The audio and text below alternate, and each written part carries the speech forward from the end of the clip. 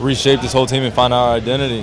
We already have an existing culture here with the Boston Celtics that I'm glad to be a part of, but man, it's been a whirlwind, you know, moving in and picking up my whole life and getting everything adjusted as best I can. So it's been man, as you can see, I'm at a loss of words because it's been thing after thing after thing after thing, but I'm more appreciative just to support because my car broke down in front of Bentley University, and I had about 4 people get out of their cars and ask me if I needed to live somewhere, and you know, just to have that type of support anywhere, you know, at any given moment.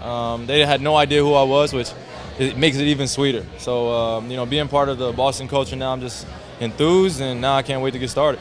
Getting acclimated to what we want to do offensively and defensively, that's gonna take some time. And the biggest thing I think that gets kind of drawn over is that we're almost complete strangers. Like, you know, we're very big fans of each other's games, but in terms of how we will mesh and collectively mesh as a group, that's a ways away.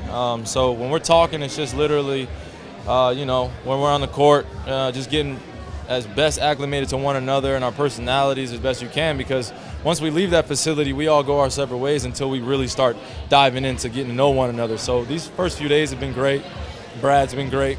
Most of the guys have been in, so it's felt like a real college type vibe, and it's real intimate, and I enjoy it because there's a lot of teaching that can go on, and we can get some things done that prepare us best for getting training camp started on Tuesday.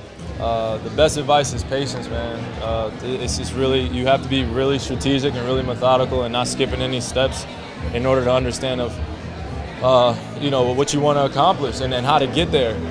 You know, there's a way that you can put a goal at the top, but you can't skip any steps that it'll take out of you, in the mental grind and the physical grind of trying to get back to being at that championship level. We have guys that have some experience, but seeing it firsthand and being part of a culture that I was in Cleveland and bringing that here and that championship culture and that championship understanding, man, it takes a long time. And the ups and downs will really define how we are as a group and our identity, and how we respond will be the most important part. So that's the only thing I want to echo here, is that you know, you don't want to get too high and too low. I know that's a cliche saying, but literally it's that. You want to stay even keeled throughout all of this, and regardless of whatever's happening outside, the only thing that matters is taking care of each other in the locker room. So.